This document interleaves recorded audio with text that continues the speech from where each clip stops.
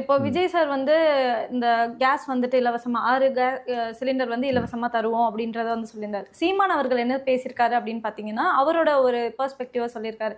நாங்க ஆட்சிக்கு வந்தா இதெல்லாம் பண்ணுவோம் அப்படின்னு சொல்லிட்டு, நாங்க வந்துட்டு நாங்களே கேஸ் தயாரிப்போம், நாங்க மாடு வளர்ப்போம், அதுல அந்த சாணில இருந்து கேஸ் தயாரிப்போம் அப்படின்ற மாதிரி சொல்லியிருக்காங்க.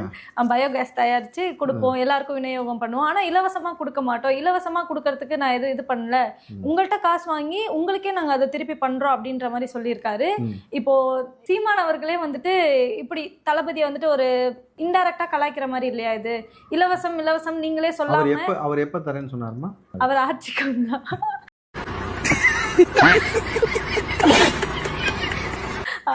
கனவா இருந்தாலும் ஒரு நியாயம் வேணாமா? புரியுது இல்ல?